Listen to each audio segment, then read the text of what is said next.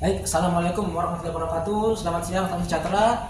Yang berhormat Bapak Dewan Juri dan yang terhormat segenap panitia yang telah bersemangat dalam menyelenggarakan SMA Award tahun 2024 ini dengan penuh semangat.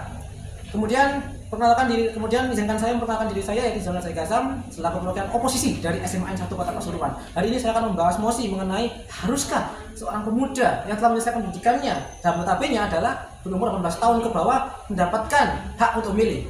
Untuk itu saudara, saya akan melimitasi apa maksud memilih sendiri. Memilih di sini adalah dalam rangka pesta demokrasi atau memilih dalam rangka pemilu.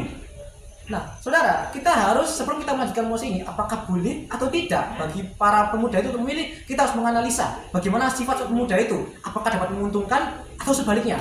Yang pertama-tama, pemuda memiliki cenderungan emosional, terutama yang di bawah 18 tahun. Contohnya adalah anak pra atau pasca SMP dan pra lulusan SMA.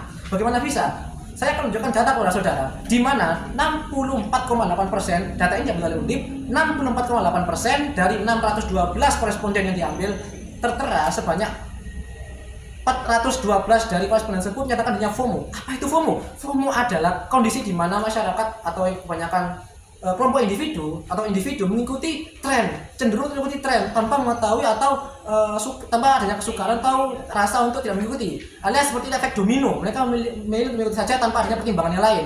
Bayangkan 64,8% dari pasien tersebut kebanyakan adalah anak muda dan itu memiliki sifat FOMO. Otomatis jika kita selaraskan data ini dengan data yang besar lagi, saudara, sadarlah, BPS mengatakan bahwasannya 46 juta, hampir 50 juta penduduk Indonesia adalah Gen Z dan anak muda yang dimana notabene adalah 18 tahun ke bawah. Jika 64% dari mereka dan yang akan sering tahun akan naik dan meningkat, maka otomatis sebagian dari mereka memiliki sifat FOMO. Dan sifat FOMO ini dengan jumlah data yang besar ini dapat dimanfaatkan oleh oknum-oknum yang terutama memanfaatkan money politik, cherry picking, dan influencer untuk menciptakan budaya FOMO, untuk menciptakan ketertarikan tanpa adanya pertimbangan untuk memilih mereka, atau bisa kita simpulkan dalam sebagai keuntungan elektabilitas. Saudara, dari sini kita bisa melihat bagaimana jika ini dimanfaatkan oleh oknum yang tidak bertanggung jawab. Jika dimanfaatkan oleh oknum yang tidak bertanggung jawab, maka bisa menciptakan kerusuhan atau maksudnya kebingungan atau disorientasi dari pemerintahan sendiri. Karena mereka hanya mencari keuntungan untuk mereka sendiri, bukan untuk mencari aspirasi dari remaja-remaja atau pemuda-pemuda Indonesia. Kemudian kita harus mengetahui bahwa usia kognitif bagi pemuda secara matang adalah usia 18 tahun. Bagaimana bisa kita biarkan orang yang belum memiliki kematangan secara kognitif untuk memilih? Di sini kita bisa membuat negara kita sendiri bisa menjadi disorientasi atau bisa dikatakan negara kita akan dimanfaatkan secara politis oleh orang yang tidak bertanggung jawab. Karena apa? Karena umur segitu sebenarnya tidak rasional dan masih bisa dipengaruhi oleh influencer. Dan kemudian saudara, izinkan saya memperkenalkan dampak jangka panjangnya. Setelah jangka panjang, atau pasca pemilu, dengan tertanamnya ide rasional dan tertanamnya persepsi-persepsi yang tidak baik yang sangat mengglorifikasi kepada satu oknum, pada kelompok-kelompok pemilu, ini bisa menyebabkan pemuda akan kehilangan logika kritis mereka, kehilangan rasionalitas mereka. Alhasil apa? Secara jangka panjang mereka tidak bisa memilih atau menavigasi yang mana yang baik, yang mana yang buruk berdasarkan logika. Nah sekarang bayangkan, mahasiswa saja memiliki berapa persen dari mereka yang bisa mengakumulasikan data, bisa menyimpulkan data, dan bisa membuat keputusan secara rasional, dan bisa diangkat tidak semuanya.